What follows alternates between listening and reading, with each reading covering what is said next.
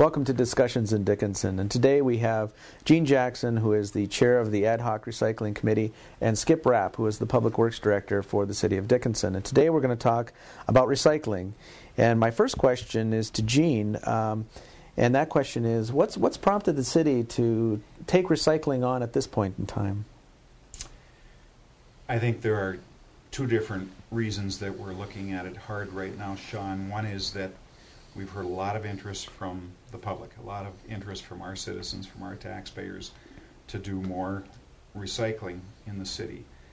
The city completed a survey a few months ago, and in that survey about 3/4 of the people who replied said that they would like to do some recycling in town. The other thing, and the thing that makes this more feasible to me, is that so many of our staff want to do this. The guys that are working in solid waste and collection in both landfill are very passionate about trying to do more recycling. And by the way, they're doing a lot of recycling already. I think most people don't realize just how much recycling the city is doing. But we can do more, and that's the reason for the committee, and that's the reason the commission started this effort. Well, as a child, I remember collecting aluminum cans and taking them down to the recycling center and getting a check every time I brought in a pound or two or 10. Is that what we're talking about with recycling, or are there other things that will be looked at least during this effort? Everybody thinks about aluminum, glass, and plastic, and those things are important, and I hope we get there. But there are so many more things, and like I said, the city's already doing some of those. But for instance, cardboard, other paper products, the city is going to really pick up the effort to recycling tires. That's already happening. Yard waste, grass clippings, that kind of thing. We'll see more of an effort there. But it's going to go to the other end of the spectrum as well. Things like prescription drugs. We need a place to try to help people get rid of those prescription drugs in the right way. Even batteries and eyeglasses and our white goods, our appliances, all those kinds of things. Some of that is being done to a great degree now, some hardly at all. We're going to look at all those things. Well, Skip, Gene's talked about recycling and how important it is, but you work with this every day, you and your staff. So can you tell me what goes into our average landfill? What kind of things, what opportunities exist? Well, I think there's a lot of opportunity, Shawn, to expand our recycling.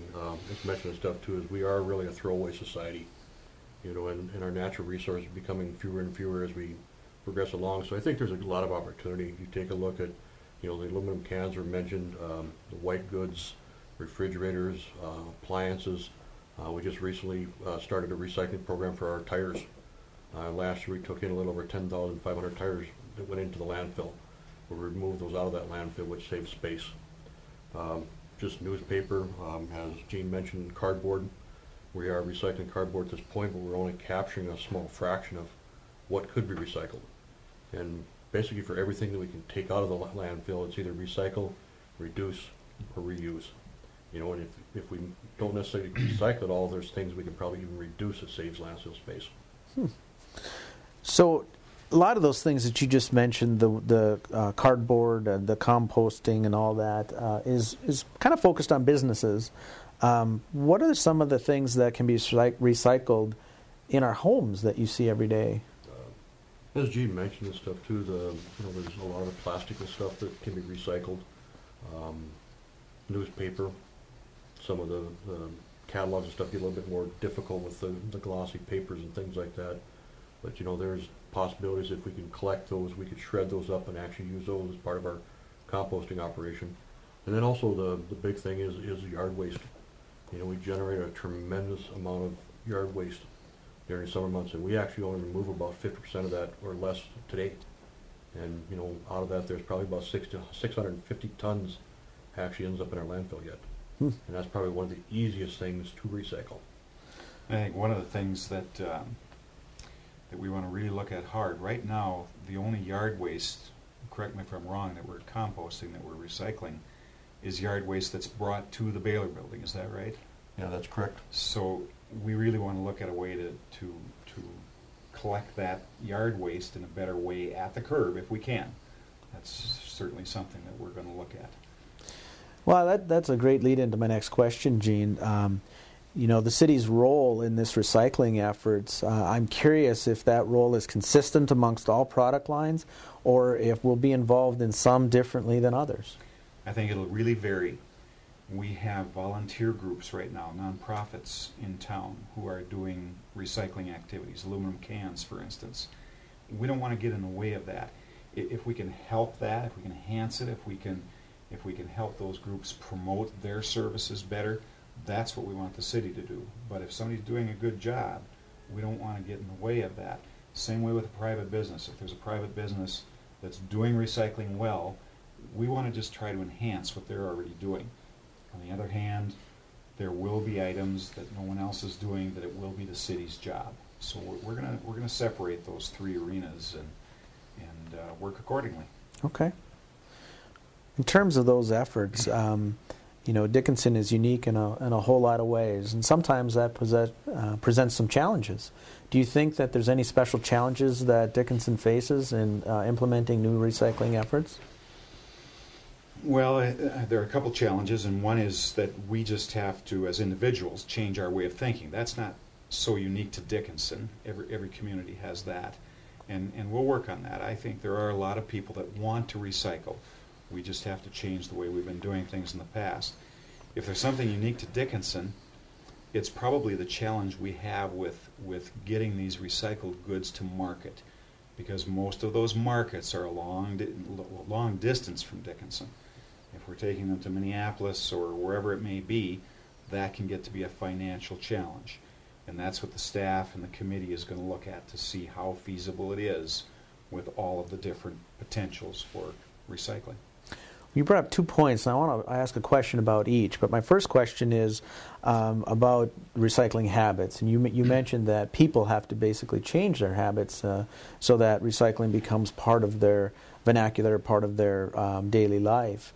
And my question is, why aren't people recycling now? We've been hearing for a long time about the benefits of recycling. So why aren't they doing it now? Go ahead. Some of the things you see and stuff too, and I don't want to call them so much excuses, but a lot of it is, it takes too much time. The opportunity's not there. There's no money in it. And then a lot of it's personal. And how they want to collect that waste. Then if the challenge is coming back to the city, and then how do we collect that material, process that material, and then find the markets to dispose of it. Okay. Well, you've both talked about distance to markets and some of the expense involved in those distances. Do you think that the citizens of Dickinson should have to pay or have an expectation that they have to pay in order to recycle some of these products we're talking about? I think with some items we will be faced with the likelihood of increased costs. In the survey that was done a few months ago, most people said they would be willing to pay a small additional fee to really expand our recycling operation. That's something we're going to look at very carefully. But I think there's no doubt that some of the items we're looking at will cost more to handle and get to market and all. Okay. You mentioned earlier yard waste, and my understanding is there's a special way of eliminating that yard waste. And I think, Skip, you mentioned it, composting. Can you talk to us more about composting and the benefits? One of the biggest benefits of composting and yard waste can be anything from grass clippings to vegetable garden type waste.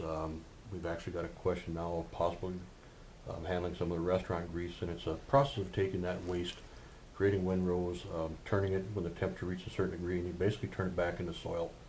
The biggest benefit out of that process and stuff too is you're putting those nutrients and those organisms and stuff back into the soil, so you're not using chemicals to augment the natural biology and fertilizer type benefits from composting. So when the compost is made, when it's done doing the fermenting and whatever, what do we do with it then?